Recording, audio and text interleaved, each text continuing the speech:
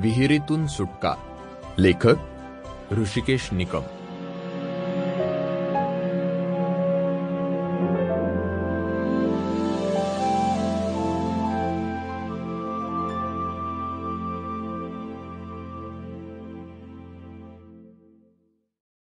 अरे मॅडी नको, ऐक माझं. आजीनं 1000 वेळा सांगितलंय आपल्याला की ती चेटकिणीचं शेत आहे, तिथे खेळायला जायचं नाही.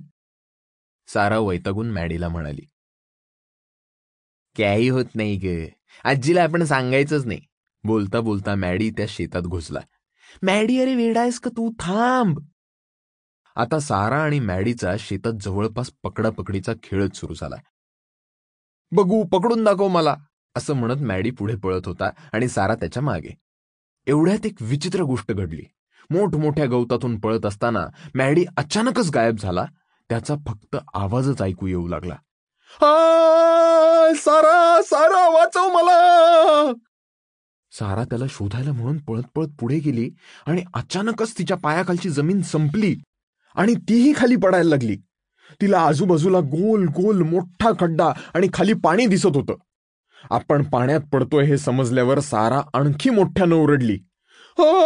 मॅडी, हे काय होतंय?